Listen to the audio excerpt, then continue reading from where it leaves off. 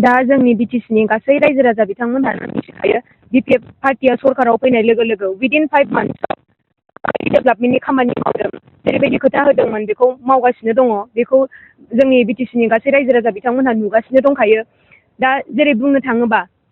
Construction लाइनावहाय डेभेलपमेन्टआ जोंना फुल स्पिडआव जागासिनो दङ दा बेखौ नोजोर बोनानैबो जोंनि गोबां बिटिसिनि रायजो राजा बिथांमोनहा खोब मोजां मोननायखौ फोरमायदों आरो जोङो दाब दाब जायगायाव थांनानै जोङो रायजोफोरनिफ्राय गोबां अनसायनायखौ मोनदों आरो नैबे फैबाय थानाय 9 एप्रिलावहाय जानो गोनां एसेम्बलि इलेक्सनाव बिथांमोनाहाय बिपिएफ पार्टिखौनो हाजासे सापर्ट खालामगोन होननानै खोथा होदों आरो आङो दा एसे बिपिएफनि लाइमोन दैदेनगिरि हिसाबै आङो बेखौनो बुंनो सानदों दासिमाव जोंनि बिपिएफ पार्टियाहाय लाइमोनफोरनि थाखाय युथफोरनि थाखाय मा खामानि मावनानै होखो आरो इयुनाव मा खामानि मावलांबावगोन दा जोंहा जोंनि बिटिसिआव जोंहा जोंनि बिपिएफ पार्टिया गभर्नमेन्ट फैनाय लोगो लोगो जेरैबायदि सिगाङावहाय सिगांनि बिटिसि इलेक्सनावहाय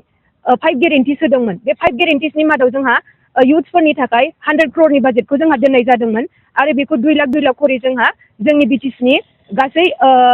5,000 लाइमोनफोरनो जोंहा बेखौ होनाय जाबाय आरो नैबे जोंनि एसेम्बलि इलेक्सना जोबनाय लोगो लोगोनो 15,000 युथ्सफोरनोहाय जोंनि आसाम गभर्नमेन्टआ हरबावगोन होननानै बेखौ खोथा होदों आरो बेखौ इलेक्सना जोबनाय लोगो लोगोनो बेखौ होनाय जागोन आरोबाव दा जोंनि बिटिसिनि लाइमोनफोरखौ आङो बेखौनो बुंनो सानदों जे जोंनि बिपिएफ पार्टियाहाय फैबाय थानाय समावहाय जोंहा जोंनि लाइमोनफोरनो जोंहा मोनफ्रोमबो डिस्ट्रिक्टआवनो कचिं सेन्टारखौ खुलिनानै होनो नागिरदों दा बेवहाय जोंहा जोंनि इउपिपिएल सरकाराबो बिथांमोनहा गावसिनि सरकार थानाय टाइमावहाय सुपार 50 मिशनखौहाय खालामदोंमोन बिथांमोनहा खिन्थु बियो मा लिमिटेड मानसिफोरनि थाखायल'मोन दा जोंहा जोंनि बिपिएफ गभर्नमेन्टआहाय दा जोंहा बेखौ जोंनि जायगायावनो जोंनि बिटिसिआवनो जोंनि माने जायफ्रा जोङो जायगायावनो थानानै न'आवनो थानानै जोङो बे कचिंखौ लानो थाखाय खाबु मोनगोन बेखौ खालामनानै होनो नागिरदों दा सुपार 50 मिशनावहाय जोंनि युथ्सफोराहाय जायफ्रा सेलेक्ट जाबाय बेहाय बिसोरो माने दिल्ली बायदियाव गुवाहाटि बायदियाव थांनानैसो जोंहा बे कचिंखौ लाहैनो गोनां जायोमोन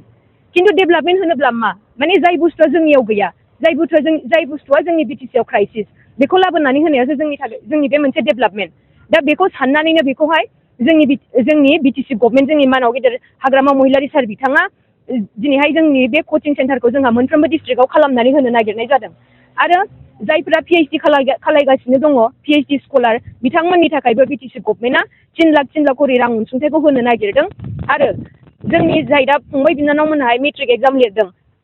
HS फाइनाल होदों बिथांमोननि थाखायबो जायफ्राहाय टप 10 मासिखौ आवग्रिनानै लानो हागोन बिथांमोननि थाखायबो जोंहा 3 लाख खरि रांनि अनसुंथाइखौ जोंहा होनाय जागोन दा बेनिखायनो गासै फारफ्रोमबो बिथिङाव जोंनि युथ्सनि थाखाय गोबां मोजां खामानि मावनो नागिरदों बेखायनो आङो जोंनि गासै बिटिसिनि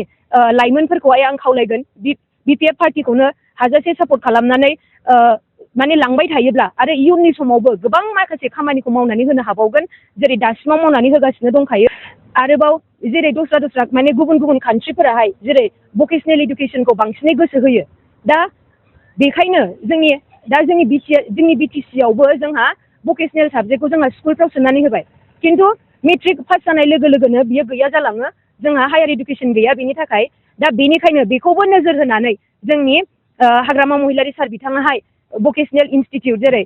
टुरिजम एग्रिकालचार अट'मेटिक बेफोरबायदिखौहाय लाबोनो थाखाय जोंहा हाग्रामा महिलारि सार बिथाङाहाय खालामगासिनो दङ आरो जेरै एगजाम्पल हिसाबै दा जोंनिनो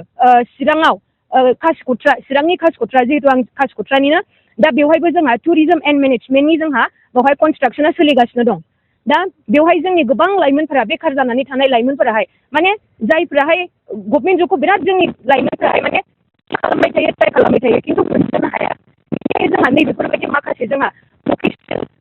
बे इडुकेसनखौ जोंहा लांफायोब्ला जों गोबां बिथिङावनो जोंनि लाइमोनफोराहाय इंगेज जानानै थानो हायो आरो जोंहा बेखार जानाय नङा आरो जोंनि गोबां लाइमोनफोरानो आरो जेरैहाय जोंहा दा CIT दङ जोंनि क'क्राझारावहाय बे CITखौबो हाग्रामा महिलारि सार बिथाङानो लाबोनानै होदोंमोन दा बेनिफ्रायनो जोंहा गोबां जोंनि लाइमोनफोराहाय मानसिबो जाहैनो हाबाय आरो बेबायदिनो जोंहा एग्रिकालचार सेक्टरावबो जिहेतु जोंनि बिटिसिआ जोंनि आसामा एग्रिकालचारनि बेलायावनो जोङो सोनारनानै थाग्राखा दा बेवहाय जोंहा माखासे गोबां माने नलेज गैया जोंनि एग्रिकालचार लाइनाव जोंहा साइन्टिस्टफोर गैया गोबां माखासे जोंहा माने नलेज गैया बेफोरबायदिखौ जोङो एग्रिकालचार लाइनावबो जोङो हाजासे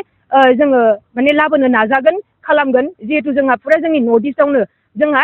एग्रिकालसार इउनिभारसिटिया जोंहा दा गंसेल' दा बेफोरबायदि जोंहा इनस्टिट्यूटखौ जोङो लाबोनो हायोबा जोंहा गोबां मोजां जागोन जोंनि इयुथ्सफोरनि थाखाय बेखौ आङो सानो आरो बेबायदिनो बिपिएफ पार्टिखौ आरो इयुनावबो हाजासे जोंनि इयुथ्सफोरनि थाखाय जोंनि रायजो राजाफोरनि थाखाय खामानि मावनो थाखाय सुबिदा होगोन होननानै बिपिएफ पार्टिखौनो माने सापर्ट खालामलांबाय थागोन होननानै आङो आसा खालामो।